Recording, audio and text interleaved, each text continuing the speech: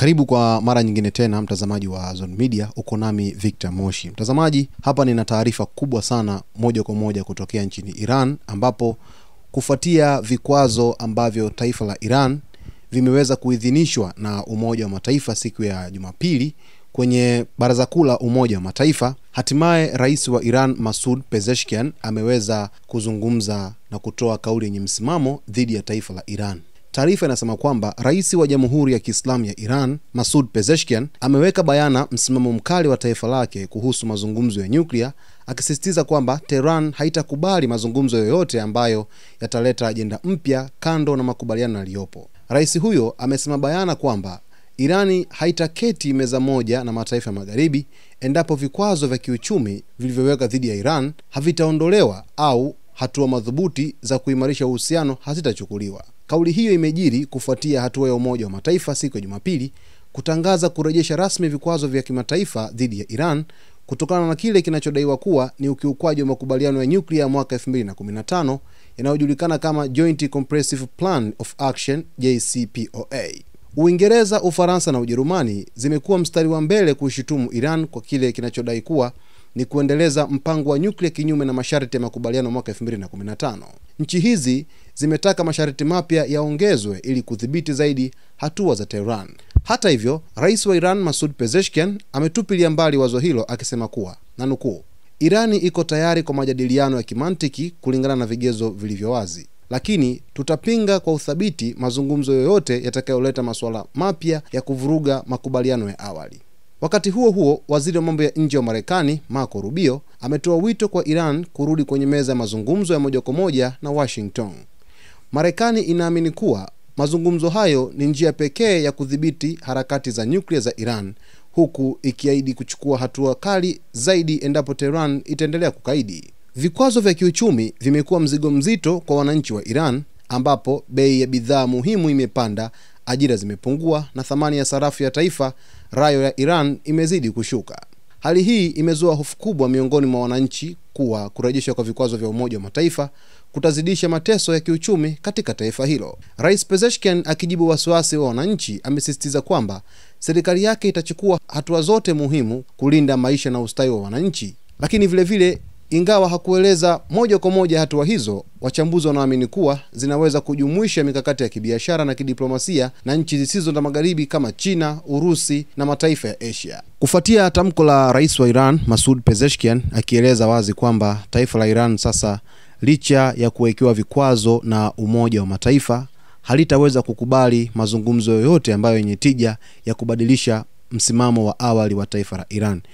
Kwanza mtazamaji, nikupe muktadha wa kwa nini taifa la Iran limewekewa vikwazo, lakini ni vikwazo gani ambavyo vimeweza kuwekewa, lakini vile vile nikupe muktadha kwa nini taifa la Iran linasisitiza kwamba halitokubali mazungumzo yoyote ikiwa msimamo wake wa awali utapuuzwa. Vita vya siku 12 kati ya Iran pamoja na Israel, chanzo kikubwa ni masuala mazima ya nyuklia katika taifa la Iran.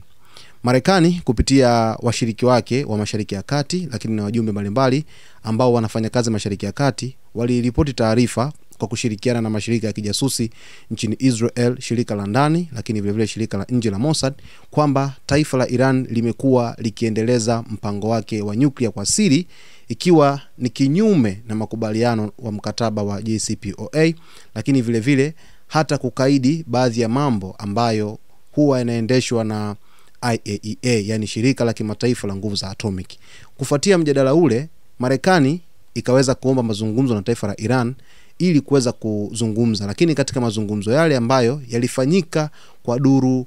3. Duru ya kwanza, Marekani alikuja na ajenda ya kusema kwamba Irani hatakiwi kurutubisha uranium kwa sababu kulikuwa kuna wasiwasi kwamba Irani yuko karibu kutengeneza silaha za nyuklia, hapa nikimaanisha bomu la nyuklia. Sasa kufuatia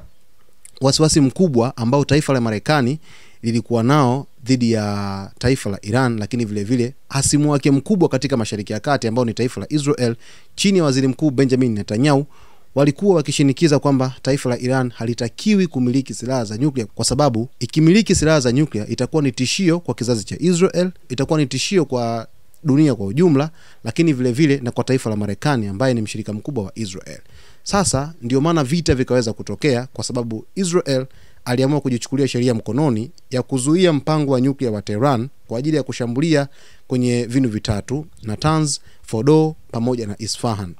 Baada ya mashambulizi yale ndipo vita vikaweza kuanza, na vita kuweza kuanza, Marekani pia akaingia kati chini ya amri ya rais wa Marekani Donald Trump kuamuru kwamba vituo vya nyuklia vya Iran, Natanz, Fordo na Isfahan viweze kushambuliwa, wakiwa na lengo la kuharibu uranium za Iran. Sasa hapo ndipo msuguano ukazidi kukua kwa kiasi kikubwa sana. Taifa la Iran kupitia viongozi wake, kiongozi wa mapinduzi ya Kiislamu ya Iran Ayatollah Said Ali Khamenei, rais wa Iran Masoud Pezeshkian, waziri wa mambo ya nje wa Iran Abbas Araghchi, msemaji wake, spika wa bunge Mohammad Ghalibafu, na watu wote ambao ni viongozi wa taifa la Iran walikuwa wanashinikiza kwamba sisi tunatengeneza nyuklia kwa ajili ya matumizi ya amani, matumizi kama nishati ya umeme, dawa pamoja na masuala mengine. Sasa walikuwa hawakubaliani na mpango wa Marekani kwamba wasirutubishe kabisa uranium kwa ajili ya kutengeneza vitu vingine vya kuisaidia taifa la Iran. Sasa hivi kupitia vikwazo ambavyo vilikuwa vimewekwa tangu hapo nyuma, vilisababisha taifa la Iran uchumi wake kuweza kudondoka, maisha yakawa magumu na mambo mengi yalikuwa yaendi vizuri. Sasa shinikizo likawa ni kubwa sana kutoka kwa taifa la Marekani. Hapo ndipo shida ilipo. Taifa la Iran linaamini kwamba licha ya kuwa na rasilimali kubwa sana ya uranium katika taifa lake, nikimaanisha madini ya uranium ambayo hutumika kutengeneza silaha za nyuklia, lakini inasisitiza kwamba itayatumia madini hayo kwa ajili ya kuweza kufanya maendeleo katika nchi yake na si kutengeneza silaha, kama ambavyo taifa la Marekani na Israel wamekuwa na wasiwasi dhidi ya taifa la Iran. Sasa hata hivi vikwazo ambavyo mwanzoni vilianzishwa na mataifa ya E3, yani Uingereza, Ufaransa pamoja na Ujerumani, kwamba iwekewe vikwazo Irani, ishinikizwe kukubaliana na kile ambacho Marekani inataka, lakini na nchi za kimagharibi kwa ujumla pamoja na Israel, ndipo sasa waweze kukubali kile ambacho Marekani inakitaka. Irani ikaweka msimamo, viongozi wake wakapinga vikali, wakakataa kabisa mpango huo na kuona kwamba ni mpango wa kiuonevu na wa kibaguzi dhidi ya mataifa ya Kiarabu katika ukanda wa Mashariki ya Kati. Lakini vile vile viongozi hao wa Iran wamekuwa wakialaumu mataifa ya Kiarabu ambayo yameitwa ni kama mataifa masaliti, mfano Saudi Arabia juu ya ushirika na Marekani, Qatar licha ya kushambuliwa na Israel lakini na ushirika na Marekani kutokana na kambi ya Al Udeid iliyoko nchini Qatar pale kwenye mji wa Doha. Lakini mataifa mengi yamekuwa na ushirika na Marekani, mfano pia Jordan pia ni marafiki sana na taifa la Israel. Kwa hiyo Irani ikajaribu kuweza kupambania haki yake hata kwenye Umoja wa Mataifa, lakini ikashindikana. Ndio maana sasa inakuja awamu hii, rais wa Iran Masoud Pezeshkian anakuja kutoa tamko la wazi kwamba hatutokubali mazungumzo yoyote yale na nchi yoyote ile endapo tu sisi makubaliano yetu ambayo tuko nayo au msimamo wetu tuko nao,